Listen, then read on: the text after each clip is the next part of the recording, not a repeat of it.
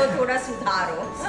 Straight કરવા છે long ચાલશે લોંગ વેરી લોંગ ચાલશે ઓકે. અને એમાં તો આવા ડેમેજ પણ નહીં થાય ખાલી કલર સેજ એક બે શેડ કદાચ લાઈટ થાય કદાચ અને કદાચ ના પડે સી જશો કેવું લાગ્યું ખરેખર બહુ સરસ છે.